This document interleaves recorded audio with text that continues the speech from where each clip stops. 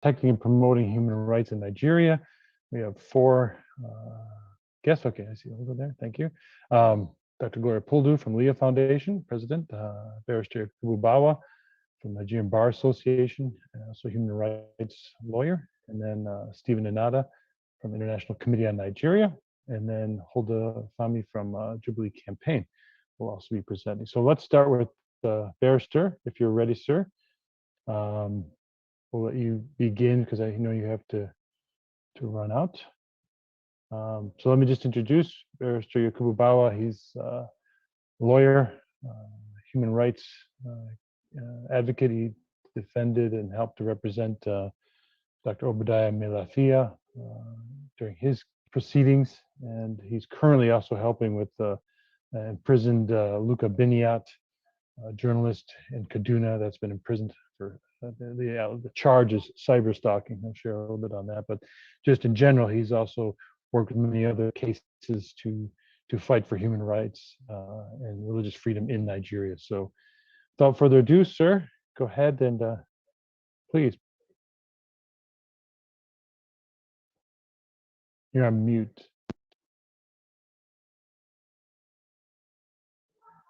Can you hear me now?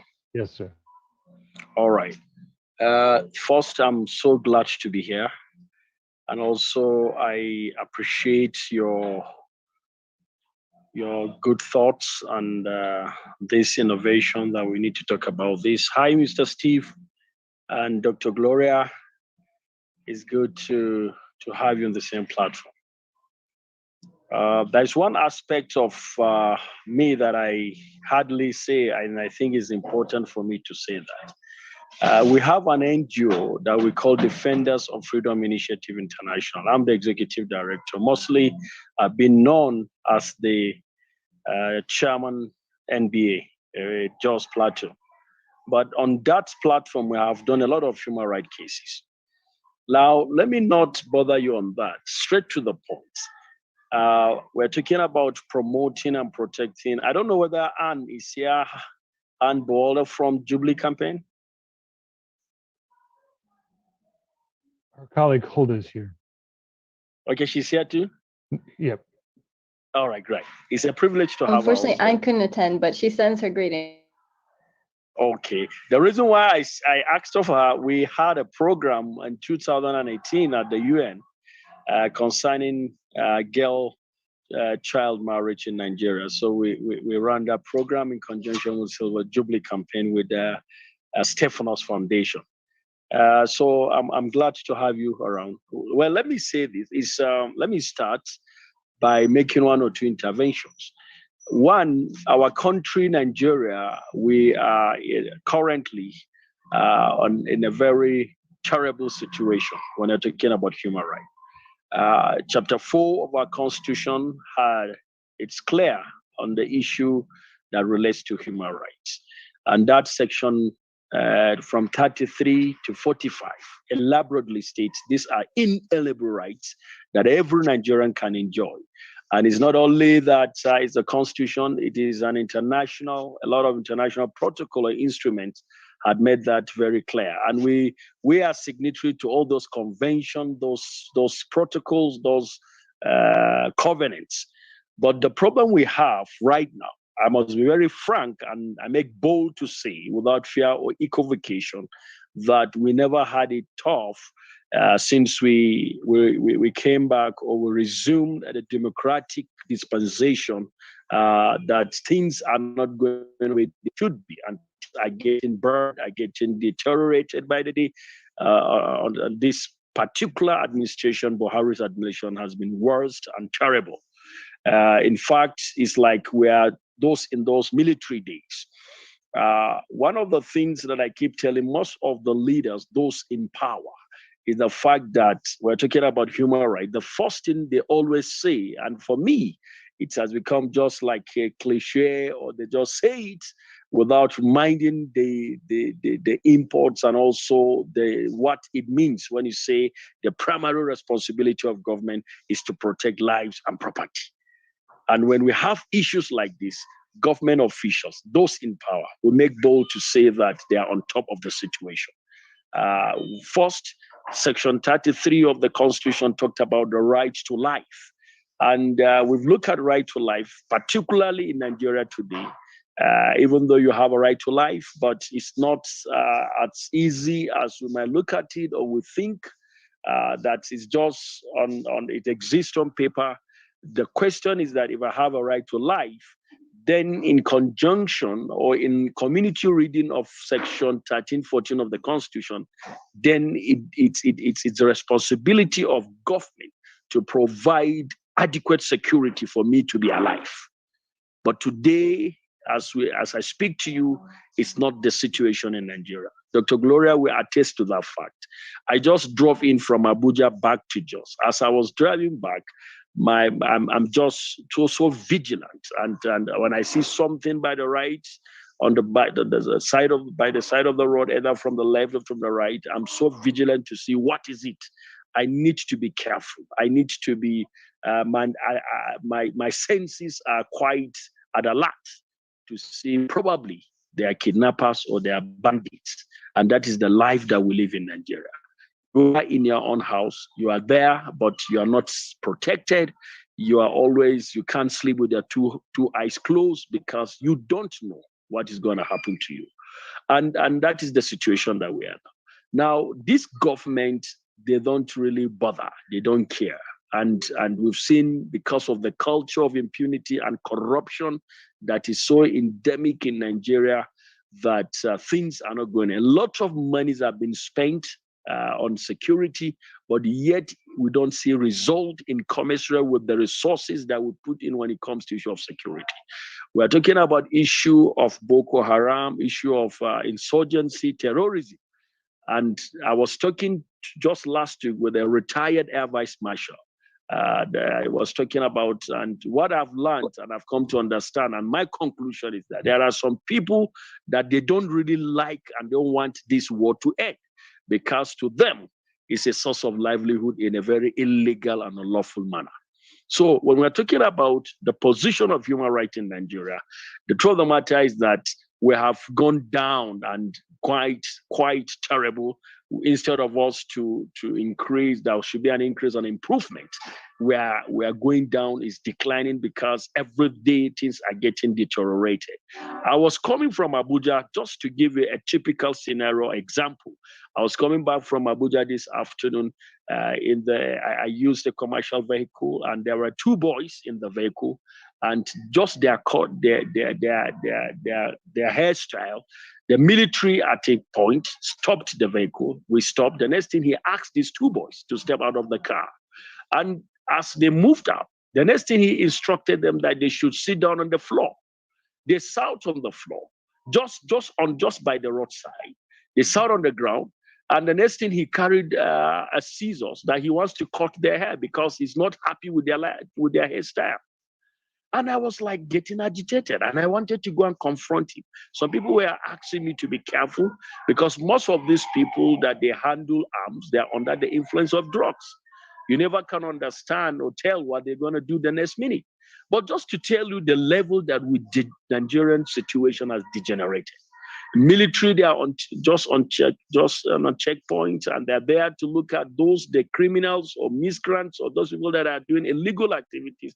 But to them, it's a license for exploitation.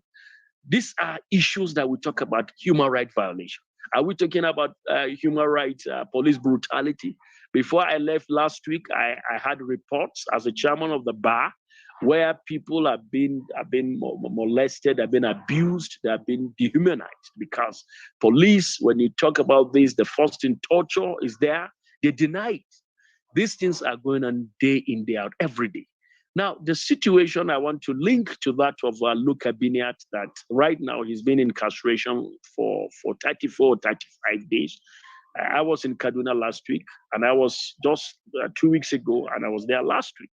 And like I said, after we finished the court sitting, I was interviewed, and I said, as it is now, based on what we saw and what played out in court, the fact is that Luka Biniat is not being prosecuted, but it's been persecuted. Why do I say so? It's because we're talking about persecution. In persecution, you follow he must be accorded. And one of the constitutional safeguards of the defendant or an accused person is that he must be granted fair hearing and fair trial. And the fair trial is that all the requisite or required procedure as far as criminal jurisprudence as stipulated in our books is concerned ought to be followed and must be followed. For instance, look at Binet is part of the human right violation we're talking about. That's one of the human rights that his right ought to be protected. One, he was arraigned before a court that lacks jurisdiction to try him in the first place, looking at the offense that has been alleged to have committed. And the argument we made in court that day is that based on that fact, he should be discharged. And I said, okay, in the alternative, he should be granted bail. Because what is bail? Bail is to secure the attendance of the accused person in court so that he can stand trial. And I said, look at Binet is eager to defend himself as far as these charges are concerned. Now look at it this way. One, he ought not to be arraigned before that court because it's not a court of competent jurisdiction to try him. Two, the same magistrate issued an order for him to be detained and to be remanded in prison. Now we call it correctional center or custodial center. He's been there, yet they kept bringing him to court to do what? And later on, we got to understand, even I was in Kaduna on Monday, that government is interested in the matter. And even the magistrate was under pressure. He was given instruction to detain him. So we're not talking about human rights protection, because even as an inmate in prison in a custodial center, I keep telling people that inmate has a constitutional right. He has human rights. Now, that is the level that we are. We are talking about the issue of insecurity. People are being killed every day. Now, like for instance, in the northwest Nigeria, talking about Kano, Katsina, Zamfara. Now, I was there last 3 weeks, and I got to know that every telecommunication gadget as far as within that region has been shut down. But I learned that a lot of people are being kidnapped, are being killed. In fact, I was told at a particular mosque one morning, 18 persons were massacred, were slaughtered. But they don't have the means to even inform people because they can't communicate. So that is the situation that we're in. It's quite bad. It's quite sad, and it's getting and honestly, as far as this administration is concerned, we've seen worst, and there's nothing is getting better. Let me just stop at this point. Probably I will allow some people to make one or two interventions before I can also come in, question and answers, because a lot of things I want to say, but I'm afraid maybe I was asked to speak for 10 minutes. Thank you, Kyle. Thank you, sir. I think because of time, we appreciate your thoughts. I think because of time, we'll ask any questions or observations for Barrister Yakubu before he has to leave.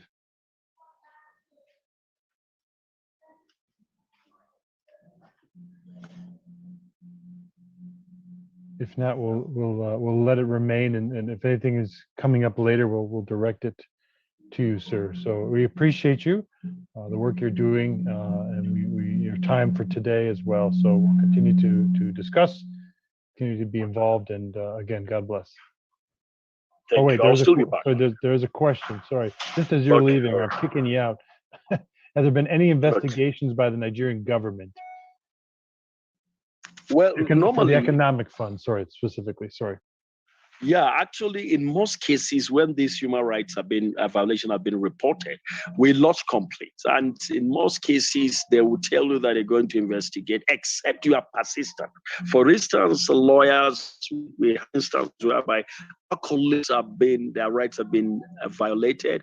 And as it is now, they don't even commence or open any investigation. Let me give you a typical scenario.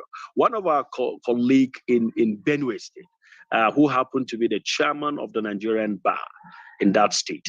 Last 4 months, he was abused, he was assaulted.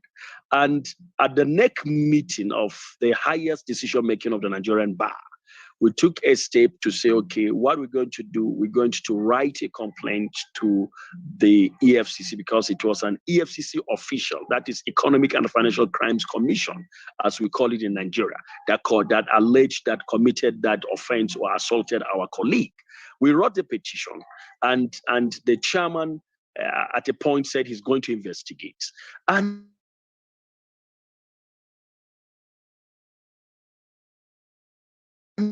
there's a glitch. we waited for it. He had to be operated.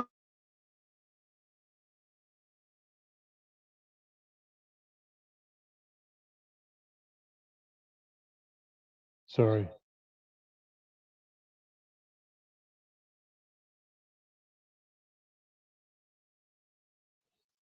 It looks like we lost him. What we'll do is, if he comes back, or we'll send him these questions, we can send it to him in a text, and he can read it out, because I know he has to go.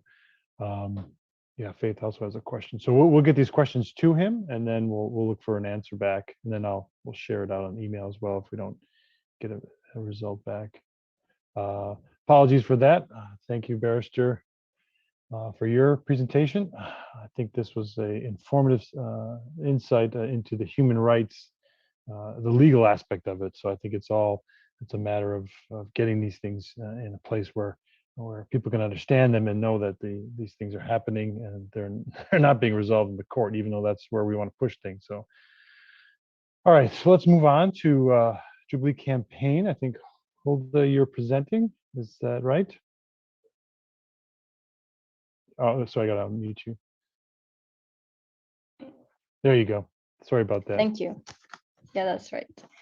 Thank you, Kyle, and thank you to ICON for the work that you do, especially in collecting information on statistics, something that's very needed to get states to respond to the human rights violations we see occurring in Nigeria. So I'm very thankful that you're raising this during the Democracy Summit. So my name is Hulda Fahmi. I'm working with Jubilee Campaign, and Jubilee Campaign has been working on Nigeria longer than I've been on with Jubilee Campaign. It's been for over a decade. And Jubilee Campaign works to promote human rights and religious liberty of ethnic and religious minorities across the world. And as Barrister said, Jubilee Campaign has also been holding several side events on this to raise it at the UN. I know ICON, Stephen has been sharing on the situation. So we cannot say that member states are not aware of what's going on in Nigeria. And I think that's one of the reasons why we've been very active in bringing the information out, because states cannot come later and say that they didn't know. In March 2021, the Special Rapporteur on Slavery, including several other UN experts, released a statement raising their concerns about the recurrence of abductions of children and the lack of preventative measures. So I first want to reiterate, and I think we've heard that now from the barrister, that Nigeria has a strong constitution. It does uphold religious freedom. It upholds human rights. The problem is it's not being implemented. And we can see this with the crackdown on journalists, with the case of Luca. And then we can also see it in several religious freedom violations. And in an event just yesterday, they were talking about how Governor Rufai has passed a legislation that is restricting or putting conditions on the training of religious leaders, and putting restrictions in very vague terms. And then you have 11, or I think it's 12 northern states in Nigeria who are applying who have Sharia laws, and which actually mandate the death penalty for choosing a religion or belief. And this goes against the Constitution of Nigeria, which says that there is religious freedom. And of course, that includes the right to have and adopt a religion or belief of your choice. And then we've also heard that there's Islamic teaching being forced on students who are non-Muslim. And then also that the Child Rights Act is not being ratified in all Nigerian states. So these are concerning trends. And why does this matter for democracy? Of course, if the state is starting to restrict something so intimate or something so central to human being, what you believe, what you choose to believe, how are they going to respect your choice in the ballot box? So, because religions and beliefs make truth claims, and if the state is controlling what people say or think, that is really serious, and we have to take these reports seriously. And examples of serious cases were with several notable blasphemy cases. You have Mubarak Bala, a humanist ex-Muslim.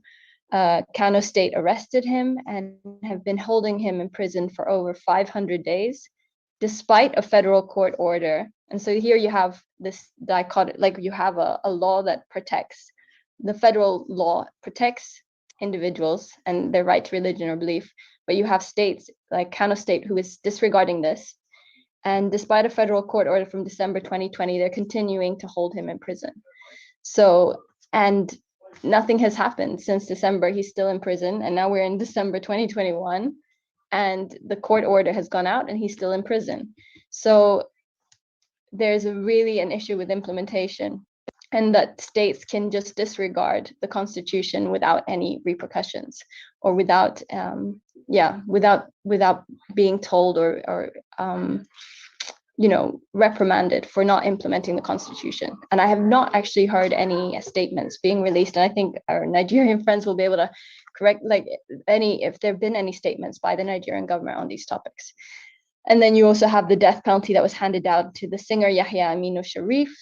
And that's the death sentence for a song, for, writing music. And there also the federal court called for a review of that case, but they still asked they be judged within the Sharia court, which unfortunately it places restrictions on religious freedom.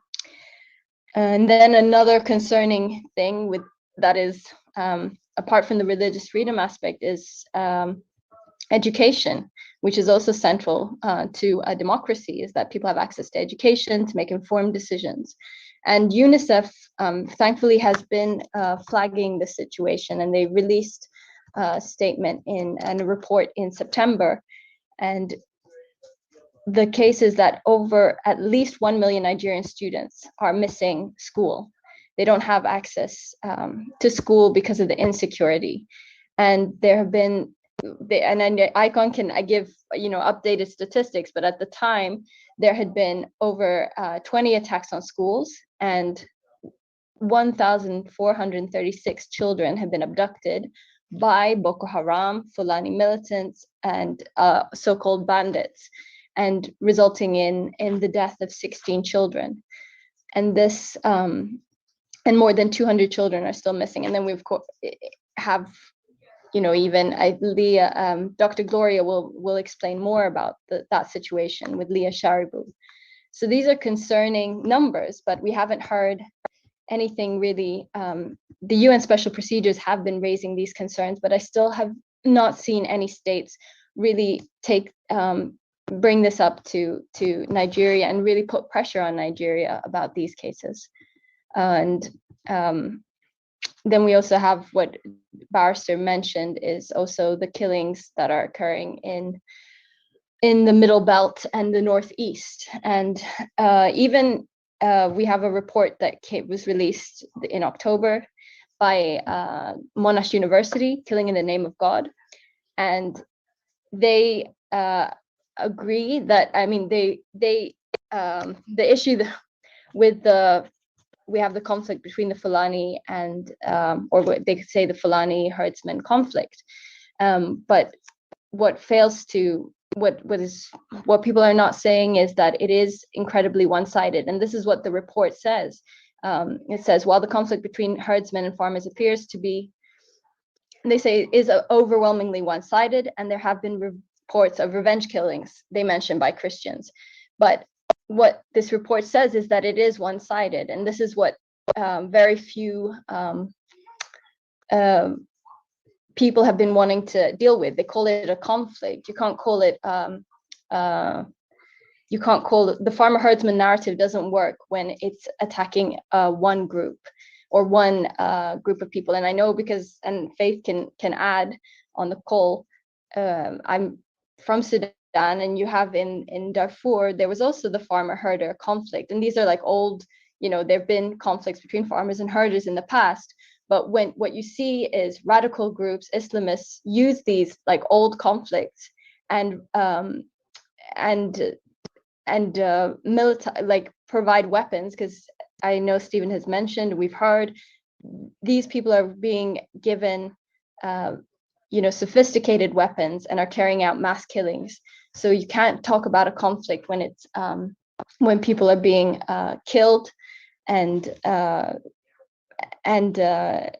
with impunity. And then of course you will have, if the state doesn't take the responsibility to protect, then it's a tragedy for the country. And this is one of the issues. And when you have people like Luca, who wants to report on the situation, being arrested, then that is also a raise of concern, because we can't document what's going on. And unfortunately, most of the documentation is only being done by civil society. There's no UN mechanism monitoring the situation. And states will shut down any, when there are requests to look into this, everyone gets stuck on the labeling of the conflict instead of dealing with the statistics. And the statistics are, and Stephen can add to this, I mean, we have just in ICON has reported that as of June 2021, there were over 2,500 individuals abducted, over 2,000 people killed by Boko Haram, Islamic State, ISWAP, radical Fulani militants, and other criminal groups. So these are concerning statistics, and they're not decreasing. And that's why Jubilee Campaign, and I know a lot of civil society active in Nigeria, is very disappointed that the State Department removed Nigeria from the CPC list. Sorry, so now I just wanted to flag that, but and that actually, restricts what states can do. This sends the wrong message to the Nigerian government that it's okay. And Nigeria has received over 10 joint and individual communications from the UN special procedures. And that's on execution, torture, trafficking in persons, slavery, sale of children, freedom of religion or belief, freedom of peaceful assembly and association, freedom of opinion and expression, concerns about human rights defenders, terrorism, minority issues, cultural rights, arbitrary detention, independence of judges and lawyers, education and health. All these UN mechanisms have sent communications to the Nigerian government since 2020 till today, and they have not responded to any of them. So Nigerian government has not shown itself willing to take, the UN are independent bodies. These special procedures are independent bodies. They don't have a political interest. They're not biased by political interest. They are sharing about what they're reporting on, what they see happening on the ground. And the Nigerian government hasn't responded. And we had a side event just last month or 2 months ago with the special rapporteur on contemporary forms of slavery. And because many of those who are kidnapped are put into forced slavery. And like Barrister mentioned, there's also a lot of money involved. There's, also in the kidnappings, huge ransoms are paid out. But what we haven't seen is any financial investigations by the Nigerian government. So that is something that states or people who are listening now is one thing to press governments in the US to press Nigeria to do financial investigations. If Nigeria can't do that, I mean, it's the US international bodies have a responsibility to look into that, because when you have this kind of criminality where they're earning huge sums of money, giving them a job is not going to get them out of criminality. This has to be dealt with, investigating funds, freezing funds. I know that in the ICC, International Christian Concern had an event yesterday, and they mentioned Magnitsky sanctions as a way to target individuals. And I think that would be a very good thing to do. And then secondly, we need an independent mechanism to monitor and collect the data. We have civil society who's collecting the data, but they need people to help them, to present it to states to act, because all the time when people are bringing states are the feeling that you get when you speak with individual member states is that they don't want to, that the conflict is complex, and they won't deal with what we are seeing on the ground, the over 3 million displaced in the Lake Chad region. So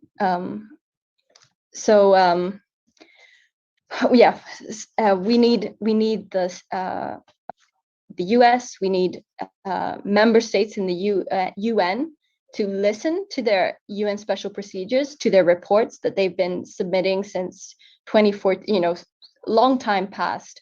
And they have been, Nigeria has responded not to the content of the reports, but to, just kind of just denied or said that they were political. They haven't addressed the content of the reports.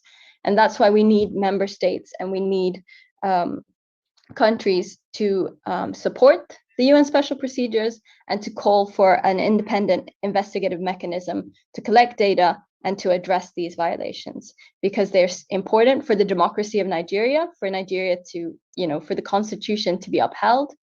And Nigeria has not been willing to take these, they haven't shown a willingness to engage with these UN special procedures.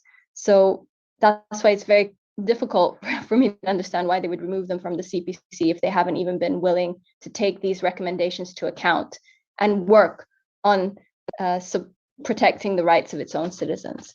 So thank you very much, and I apologize for going over the time. I look forward to hearing from Dr. Gloria and Stephen as well. Thank you. Thank you, Hilda. Thank you for all your work. Thank you. Thank Anne as well on behalf of all of us, what Jubilee is doing, and we appreciate your tireless efforts. It's always good to see the inbox with Hilda's email coming in with something very relevant, very needed to be done, urgent. Something, whether it's an event or a letter or getting some data. So we appreciate the work you are doing and keeping everything moving along as well. Let's hear from Dr. Gloria Puldu-Samdi, who is the president of the Leah Foundation, a friend of mine from Jos as well. So welcome, Dr. Gloria, and you have the floor. So I'll unmute you. All right. Are you unmuted? No, wait. Can you unmute yourself? Good. Okay, there you go. Thank you. Thank you very much. Yeah, so can you hear me now? All right. So for me, it's good evening here and good morning for all of you there. So thank you so very much, Carl, for having me on this and the great work that ICON is doing. You and Stephen are doing fantastic job standing up for the rights of everyone in Nigeria and pushing it out on a daily basis. So we are grateful. And even Jubilee Campaign, who thank you for standing in for Anne too.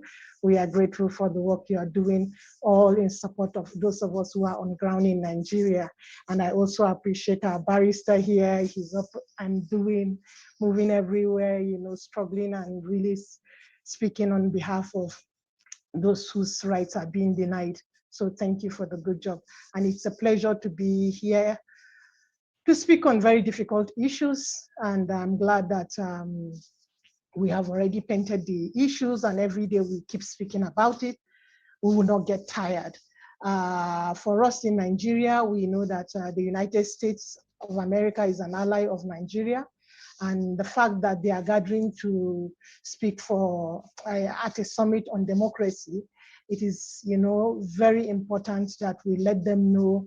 For those of us who are here, we are deeply saddened by the fact that, like Hulda mentioned, the Biden administration has taken Nigeria off the list of countries of particular concern, which my dear brother Stephen is going to elaborate more on.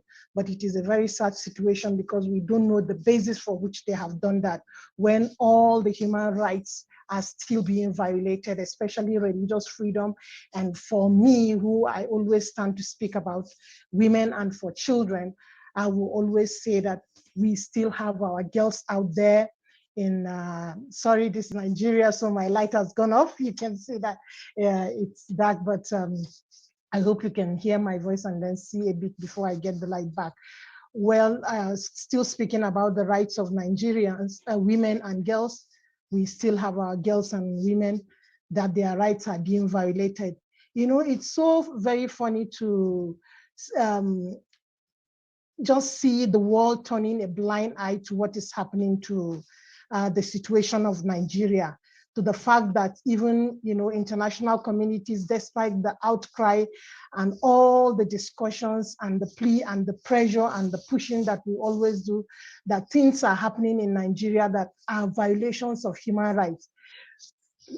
Action seems not to be taken. Rather, this government of a Buhari administration, which all of us are saddened with, because when they came into power, they had promised to protect life, they had promised to give us security, but unfortunately, it's the opposite. And yet they are not being held accountable by international communities. So this is a very sad situation. For us, like the barrister has said, the fundamental rights and freedoms of Nigeria is entrenched in our constitution. And this started right from 1959, before our independence, when we had the Bill of Rights, where all the freedoms are culminated in the 1960 Independence Constitution up to the current 1999 Constitution. So these rights are not as if they are not in existence. The laws are there, but just that nobody is held accountable for their violations. So for us, we want to see that actions are being taken. Highly disappointed when CPC was removed.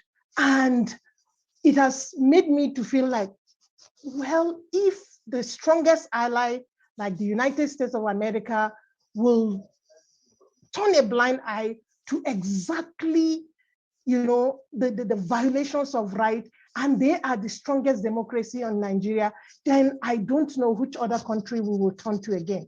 But I believe we will not stop talking. We will continue to stand and to advocate and to seek, you know, that pressure should be put so that all these violations will be stopped. For us in Nigeria, let me go to the issues of the violations that girls and women are going through. Well, the fundamental human rights of a woman or the fundamental human rights of women are, you know, being violated. They are enshrined in our 1999 Constitution. And most of these rights, let me just mention some of them one by one, so that we will see whether they are being violated or not. The following are some of the rights that are in our Constitution for women. Women's rights to protection in peace and armed conflict situations, against all forms of discrimination, abuse, exploitation, and harmful practices. Are women enjoying these rights? In the real sense in Nigeria, these rights are being violated.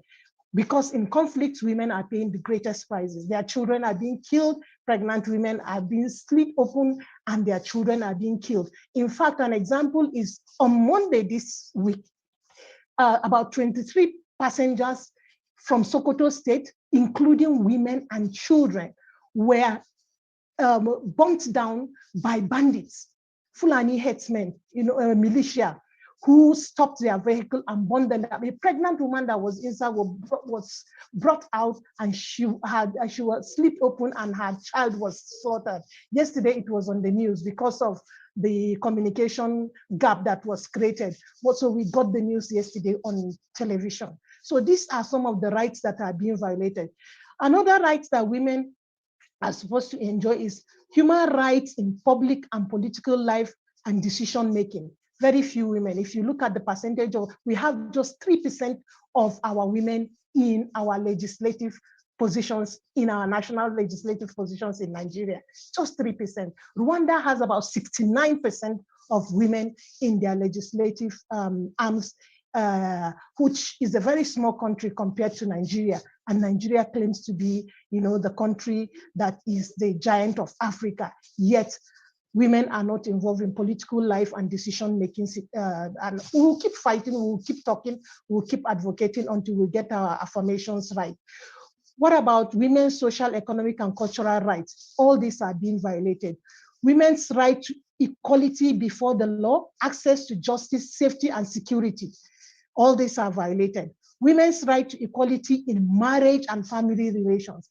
Young girls are being made to, they are forced into becoming child brides. They are forced into sex slavery, different forms of sexual violations against them. All these rights, we are supposed to have them in our constitutions, but we are not enjoying them as women. Women's reproductive and sexual health rights. Pregnant women, do they get free health care? No. All these are enshrined in our constitution. So all these women's rights are all human rights.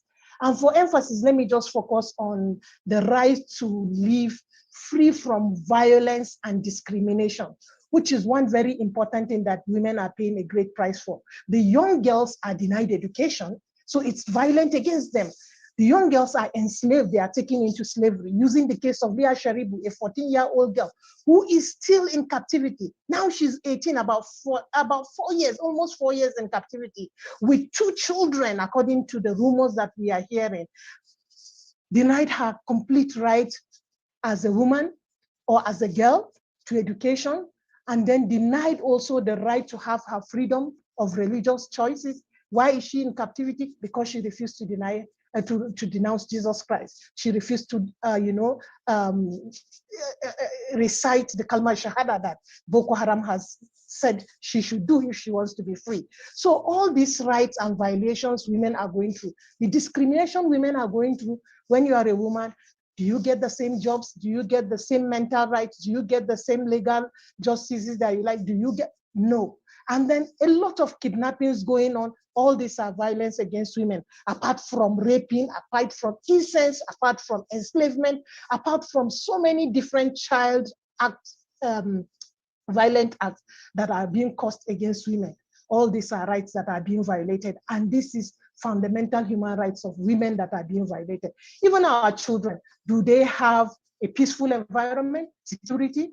Do they have to live in their families, in their communities as they wish? No. Most of the communities, especially Christian communities in northern Nigeria, have been displaced. They have been moved away from their communities. They are living in IDPs where children are not getting the nutrition they need to get, which is their fundamental human right, to be fed well, to be educated well, and to have a very peaceful place to grow up and be nurtured properly. All these enshrined in our constitutions are being violated. So these are some of the violations that women and girls are going through. And you know, the painful aspect, like Hulda has mentioned, is that there are so many UN conventions on the eliminations of all forms of discrimination and violence against women, charters that Nigeria is a signatory to. But all these things are being violated. And I'm so surprised that almost all aspects of United Nations have written to Nigeria. There is no response.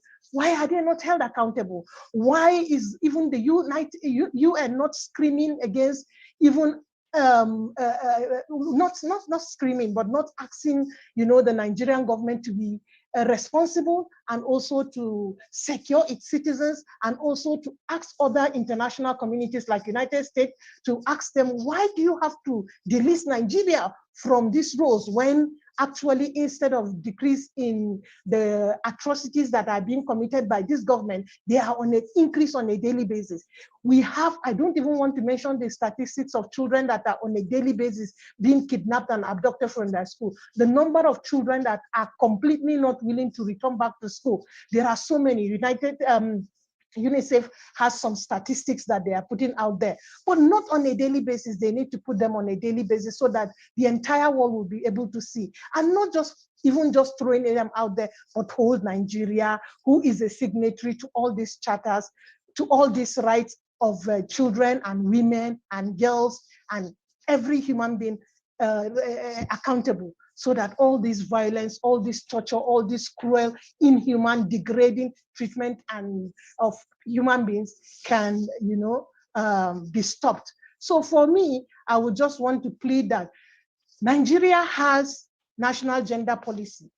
Let them hold them responsible for why they are not implementing all those policies. So these are some of the challenges that the Nigerian women are going through.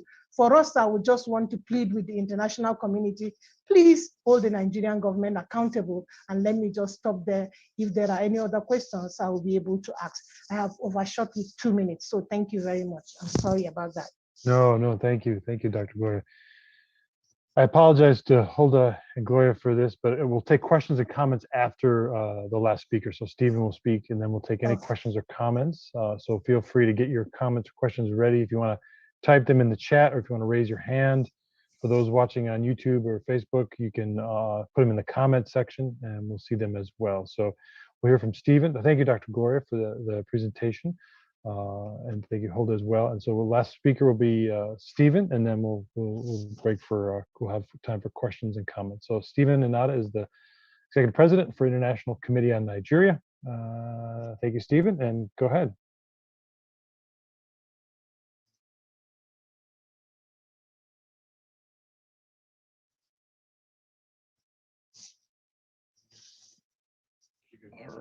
All right, thank you, Kai. Thank you, Dr. Gloria Puldu. Thank you, everyone who is present here today. It's a great opportunity that we all keep this issue on the front burner. The perpetrators of these injustices are not relenting, so we won't. And I think we are going to defeat them by the grace of God. Yeah.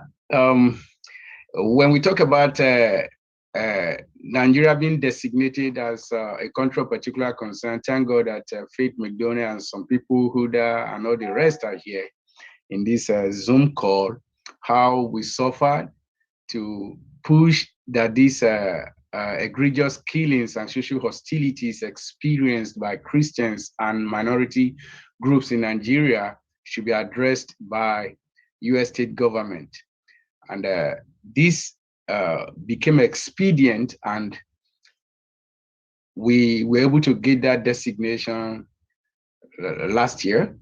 Now, this year, we are appalled and baffled that just 1 year after being listed as a country of particular concern within this CPC designation, Secretary Blinken just came to remove Nigeria just like that, without any explanation for this extraordinary turnaround, which comes despite there having been absolutely no improvement in Nigeria. On the contrary, the abuse of religious and other freedoms has escalated. The evidence is all around and has been made available to the State Department. Even the US US Commission on International Religious Freedom, they were appalled as well. And they were like, no, you can't do that. Because first of all, for removing a country being designated as such, now we discover this is political, and it ought not to be political. So, and this is really, really a big deal for us. And what Biden administration has done is just giving oxygen to state actors and non-state actors to persecute Christians and also to persecute other minority groups. This is one thing I would like to say. Boko Haram Fulani militants kill Christians, and then they kill some moderate Muslims who don't believe in their ideology. But in all of this, Christians don't kill anybody, so anybody can do that research. So let it be on the record that Christians are not killing anybody in Nigeria, where there could be cases of what do I call it, reprisal attack, because there is this self-defense mechanism every human being has to protect his or her family. So I'm not disputing that, but this is not even about raising moral equivalent stories or narrative. So it's all about that Nigeria government has failed, and Nigeria government cannot protect our citizens. And now what we have just discovered so far is that the international community, especially United Nations and its ancillary institutions, lack the will to act. So, and that is a fact. They lack the will to act. There are evidences that have been presented to these bodies, but they lack the will to act, and many people are still dying. This is, we have like 3 minutes to midnight when it comes to Nigeria egregious killings and other atrocities experienced by Christians and other minority groups. So you see why I've said that delisting Nigeria from the list of country of particular concern, what that has given is like it has given oxygen to state actors and non-state actors. Let me just start one example. Yesterday, Reverend Jonah B. Gangas and his wife has been committed to prison. And you know the reason? The reason is because they adopted a dying girl on the street. They picked a girl from the street,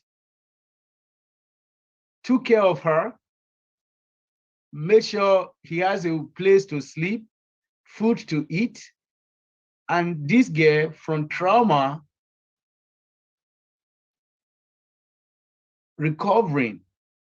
Now he had caretaker in person of Reverend Gangas and wife has been committed to prison. That is Nigeria government. That is state actors. Nigeria government is acting to suppress religious freedom and make sure they clamp down on anybody who seems to not go. Nigeria government and Boko Haram and Fulani militant are doing same thing.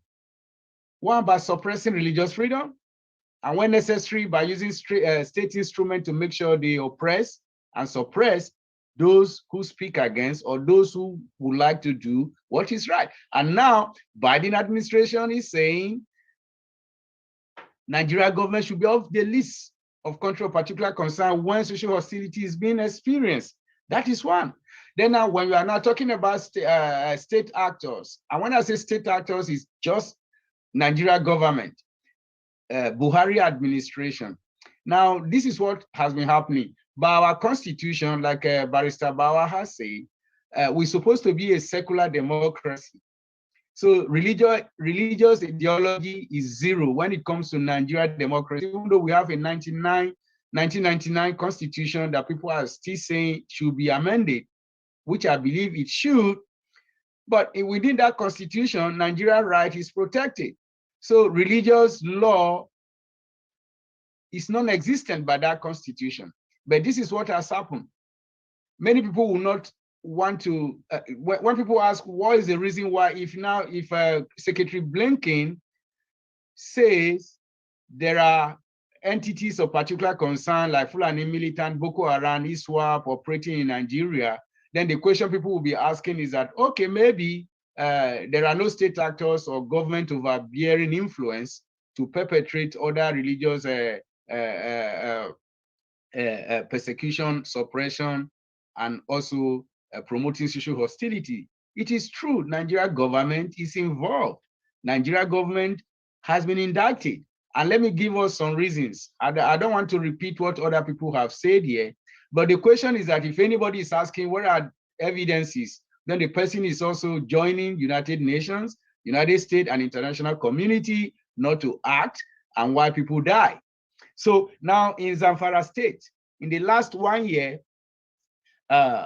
churches have been denied, churches who applied for licenses for what we call in Nigeria COFO, that's certificate of occupancy to build churches, have been denied by state government in Zamfara, in Jigawa, in Sokoto, in Borno State, in Kaduna State, to the extent that even in Kaduna State, a very landmark Anglican church in Zaria has been marked for demolition by Governor Rufai government.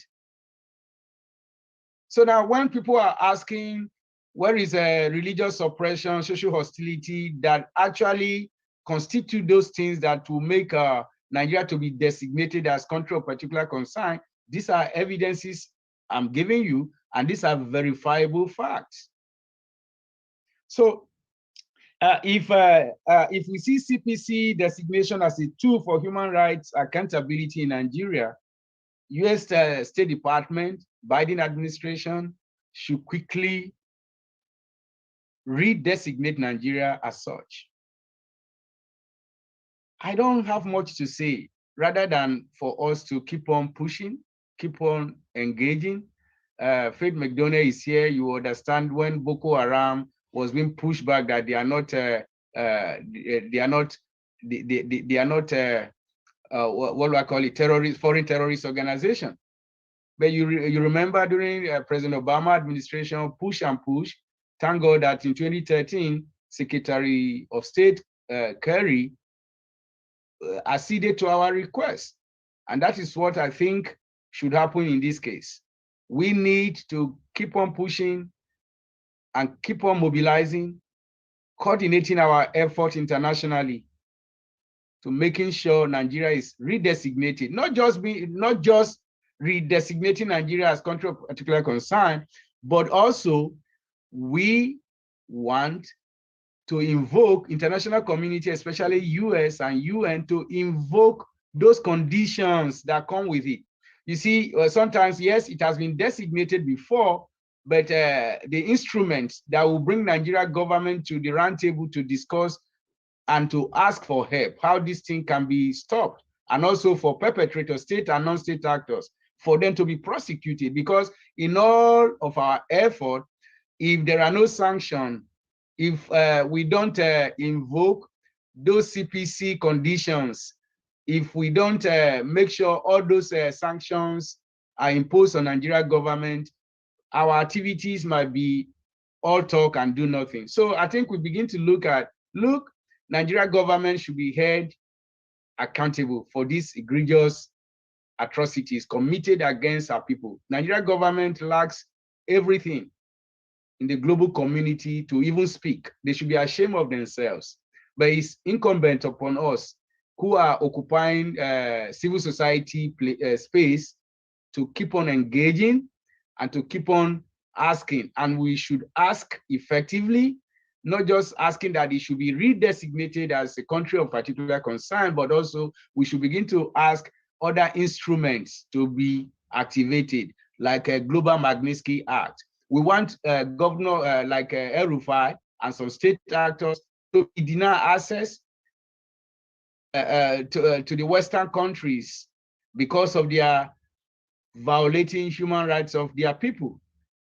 And this is my own submission, and I agree with all of you, but this time around, we just have to harmonize so that we advance and elevate, because people are dying, because Nigeria government is persecuting, Nigeria government is encouraging, Nigeria government is in cahoots with all the terrorist organizations. Thank you. God bless. Okay, mute your speaker.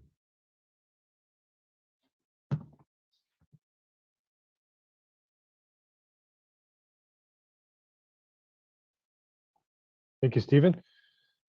Appreciate the information and the concerns, as we're well aware of those. Are concerned of Nigeria. The CPC designation was very shocking to hear. In fact, I was with Dr. Gloria and Barrister Yakubu when this was happening in Nigeria, and many were asking me why, and even asking the State Department when I was there at the embassy what's going on, and they even admitted that there'll be the killings this year will be worse than they were in years past. Yet they still removed the designation. It doesn't make any sense. I think there's a lot yet to be discussed on that, and I believe many actions. I think Hulda's mentioned that there are actions going forward as well with other groups, and I think Faith as well is part of that as well. Let me just give you, before we take some questions or comments, some statistics that were kind of presented from Hulda's and Dr. Gloria's and Stephen. So the prisoners, there was 13 jailbreaks since October 2020. In the past year, over 5,000 inmates have escaped from various prisons. So we're talking about prisoners here. And 50,000 incarcerated people in Nigeria are not even on trial yet. They're waiting trial. They're not even being charged. Some of them. So This is just it baffles the mind how this could happen in a democratic government. And then, as far as schools goes, 53% of all children are in school. 53% of all potential children that are school age, only 53 are in school. That leaves, they say there's 12 million out of school. This is from the UN, the UNICEF's representative in Nigeria, Peter Hawkins. And of course, the kidnappings, we reported there's, since in 2021, there's been over 2,500 kidnappings. Most are happening to women and girls, as Dr. Gloria Puldu has mentioned. And we estimate the majority are Christians. A lot of Christians do not report these kidnappings. The 2,500, the number over that is reported, right? We estimate that if not double that, because a lot of times people do not report their kidnappings for shame. And estimates for ransoms in 2021 is in the millions. We estimate like 25 million, because the average ransom is $10,000. Some are extremely more, some are less, but the majority of them are paid. So the amount is in the millions, 25 million that we estimate. And of course, the court cases there for kidnappings, there is zero. Nothing's being done for as far as court cases. And Barrister Yax has mentioned that. All right, so I appreciate everyone's time. We have about 20-25 minutes before we round up, but we don't have to take it all, but we have that time. Just want to make sure we're aware of that. But any questions or comments that anyone has, you can feel free to raise your hand and I will unmute you. And then you can ask your comment, or you can address a comment or ask a question. Anything from any of the speakers that they want to add in that they didn't share?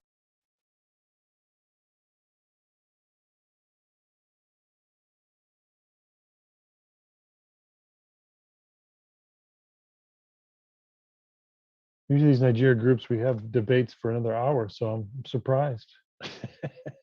I said, go ahead, Dr. Gloria, let me put you on mute, so go ahead. Okay, thank you. Just to add to something that you just mentioned about prison breaks. I don't know if you were still in Nigeria when the just prison break happened. I was. It's one of the most secured prisons. We have the DSS office close to the prison. We have the police headquarters just across the road. And then we have the prison's building, their entire office is just by that correctional center. And yet, 252 inmates escaped in the middle of town. It's just sad. It's just very sad. I don't understand how the Nigerian government will explain to anybody in the international community if they can look at the picture of where this prison is placed, and then with this number of security offices surrounding this correctional center, yet terrorists, Fulani militia, could come and break that cell, and only one of the terrorists was killed, while 252 inmates escaped, and then 10 inmates were shot. So where did they drive from? Where did they come from? Where did they fly from? These are things that, like Stevie mentioned, are reasons to hold the state actors responsible. This is just the one in Jos, apart from all the other ones in other states. Who are the prisoners that are escaping? Give us the names. Those whom have been arrested, they are, left for an ordinary citizen like me. They are just being released by the state actors. That's the conclusion that we can give, because I don't understand how this prison will not be secured. And then these people that escaped, who are perpetrators, have been left to go free. So it's a sad situation. Then on religious violations, about 65% You know, about 4 weeks ago, a Baptist church on Sunday was attacked by Fulani militia, and over 100 congregation members walked out into the forest with these bandits or Fulani militia. Just about 65 of them were released day before yesterday on Wednesday. On Tuesday, after 1 month. An entire 100 congregational members taken into the, I don't understand. It's laughable. And so the state actors need to be held responsible. Thank you. Thank you, Dr. Gloria. Yeah, it's insane how all these things are happening, and yet CPC has been removed, and Nigeria is not getting the attention of all these atrocities, and the government's failing, and every which way they turn, they're failing. I think Faith has her hand up. I'll mute you. This is the longtime steward of many human rights and religious freedom work around the world. So appreciate you joining us today. And please. Sure. Thank you. Thank you for a great presentation, everyone. It was very informative. I can't say it was very cheerful, but it gives us the fire to keep going. So and what to pray about as well. I have two questions. One, Hulda talked about the lies about the herders versus farmers, which we all know, and the associated part of that didn't get talked about as much is the idea that, oh, the herders do this because of climate change. So I'm wondering, do you think that part of the reason, if not all of the reason, for lifting the CPC designation has to do with climate change? Because we know that the U.S. government is being soft on China because Kerry says, no, we have to deal with climate change. So I'm wondering if Blinken's doing the same thing on Nigeria. And then secondly, I talked to Bishop Jacob Kwashi, who's the brother of Archbishop Ben Kwashi, and I can't remember the name of his diocese, but he said something that I had never heard before, that the Fulani who are doing this stuff, they don't just want an Islamic caliphate, they want a pure Fulani caliphate in Nigeria to basically get rid of all the other ethnicities, whether they're Christian or Muslim, and make it a Fulani caliphate. Have you all heard that as well? So those are my two questions. Thank you. Stephen, can you? Yes, Kyle, I can hear you. Yeah. Hello. Excuse me. Yeah. I would like to respond to the order, the second question Faith raised. The truth of the matter is that Nigeria problem is complex. So from economic to religious to ethnic to politics. So you have to begin to look at that everything fits in. Nigeria problem is multifaceted. And that means what Bishop Jacob Kwashi has said is not out of place. Because one, Fulani militia has, they've consistently annexed regions they attack, they occupy, and that means when you now take over somebody's ancestral land, you have already taken over everything.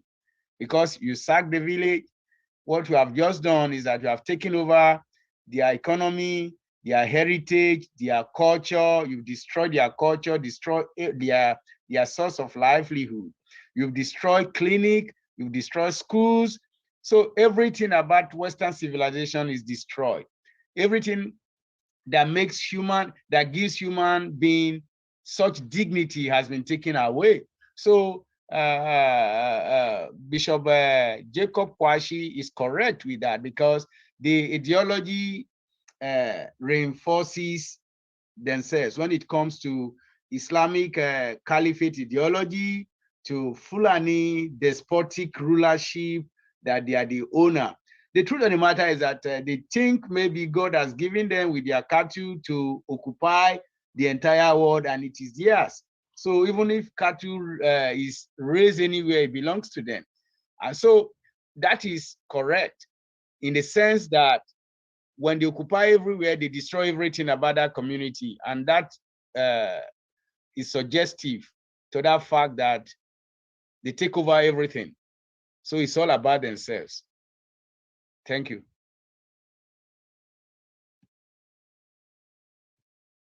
Thanks, Stephen.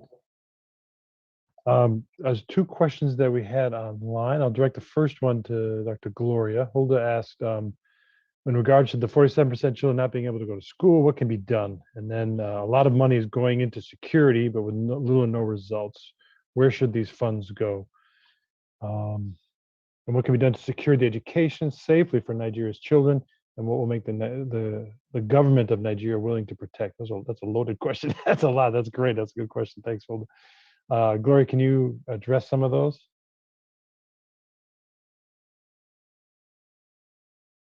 All right, thank you.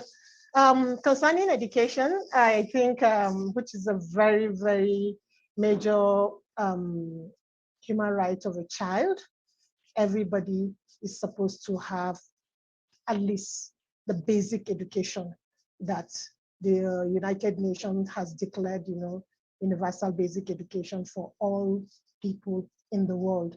And Nigerian children are also entitled to that. We had played with our educational system so much in Nigeria, and with all this insurgency, Boko Haram, and all the issues, they have compounded the problem. And like you mentioned, the statistics, in fact, I saw that it's even 13 million children that are out of school, and most especially in northern Nigeria. And you know that about 80% of that one are all girls. So one of the things that I would recommend is that we had what was called the Safe School Declaration, which Nigeria signed in October. And it was a global, I think it's a European African coalition group that came up with that safe school so that schools can be kept secured, which Nigeria had signed a few years ago before now, but it's the first time that they are taking a bold step to come to Nigeria or Africa to even host that conference, which was held in October. And one of the major recommendations was to ensure that all schools are very well secured by the government, and a huge amount of money, I can't remember the amount, but it's quite a huge amount of money that has been set aside by this same international community to ensure that they help Nigeria to secure the schools. So if we have security in our schools, then educating the parents and encouraging them to allow their children go back to schools because these schools are now safe, that will be a step where we can move ahead. And another thing that we have to do is to ensure that the universal basic education is being implemented, is being enforced. Every parent must, like they have done in the western part of the country during Awolowo's time, make every parent to send their school wards to their school, or you face a jail term. So, and every parent will see that these schools, this education is free, and they are supposed to send, they will be able to send them. So these are some of the things that we can do with the education, secure and then enforce that. Then for, what's the second one that what was the second question, Kyle? So a lot of money is being put into security with no results. Where should the funds go? Is that the one? Oh, sorry. Okay, security with a lot of money, like Barrister mentioned that a lot of money goes into like international people are donating money. Is to hold the Nigerian government accountable, like I've been saying. Follow you the money. Where is the money going to? Like now, CPC has been removed. They even added money to Nigerian government. When you have no account, when they have not accounted for, the monies that they have been receiving, USAID, have they really accounted for it? Why are the killings not stopping? Why is insecurity on the highways? You haven't gotten the answer yet. You're adding more money to them. So definitely accountability should be the very first thing that should come up. And then concerning, let me just add a few concerning the Fulani supremacist agenda. You know, usually the Fulani ethnic group feel since 1804 when their leader, Usman Danfodio, led the jihad movement, like Stephen said, they are a people that feel that they are superior than any other race, especially in Africa. So they believe that they should be the ones to rule. And they have a slogan that born to rule. That means every other person is a slave while they are the ones that are superior. So that is also attributable to the fact that people can believe that they are fighting every other person as far as they are concerned. Now, because they don't have the entire population or the power, so they will still law other Muslims who are not moderate to be on their side. But immediately they are able to get strong, and all those other Muslims who are not Fulanis will definitely pay the price. That's what has happened even in Hausa land when they came to occupy the Hausa land. Thank you. Thank you, Dr. Gloria. And just to be clear, I mean, Icon as well as Dr. Gloria, and I'm sure Barrister, we're not anti-Fulani at all. In fact, there are many Fulani that are Christians. There are many Fulani those are being even persecuted worse than anyone, because they don't. Then once they come out, they oppose the shame that they supposedly bring to their Muslim family members. So it's very, very. We're not anti-Fulani. We want to see them and bring. And Faith just posted. There's even a Fulani Anglican bishop. So. This is the Fulani Muslim militants who have an Islamic agenda, and as Dr. Gloria has rightly put out, there's a Fulanization as well. There's one question online. Scott Morgan asked, Nigeria was found to be in violation of the Child Soldiers Prevention Act in the U.S. It received a security waiver from President Biden, so it can continue to receive security assistance. Why isn't this being raised inside Nigeria as well? Stephen, why don't you start? You can address that. Yes, Kai, thank you for that question. And Scott Morgan, thanks for that question. But I will just answer that question or attempt to provide some kind of insight to that question with this. Why is Reverend Jonah B. Kangas arrested and Nigerians are not talking? Why is Luka Binyard still in prison for expressing his constitutional right and Nigerians are not talking? The question is, Nigeria security instrument has been weaponized against any opposition, against any dissenting voice, and that is what that is shameful. And like I said, the global community, especially the United States, lacks the will to act. So you speak, you are arrested, or you are killed. So now a lot of people just want to live their life and continue to suffer in that inhumane condition. So like you are saying, if I go to Nigeria today, I can be arrested equally.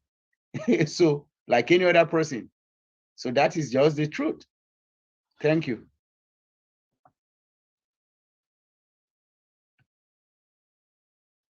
Thanks, Stephen. We're coming to the end of our time. I just want to appreciate all the speakers. Thank you, Hilda, Fami from Jubilee Campaign. Appreciate your participation and presentation today. Keep up the great work that Jubilee is doing. Thank you, Dr. Gloria Puldu-Samdi with the Leah Foundation. Thank you as well for your time. Thanks, Barrister Bawa in absentia for his time as well. And then thanks, of course, Stephen and Enada with the International Committee on Nigeria. So just again, thank you all for joining us. If you want to check out iconhelp.org, we have our silent slaughter report there, data report, as well as information to the Bernard Henry Levy, The Will to See book and movie that we helped to bring him here with. So appreciate your time, everyone. And again, as we celebrate Christmas and Advent, just blessings of the season. Thanks, everyone.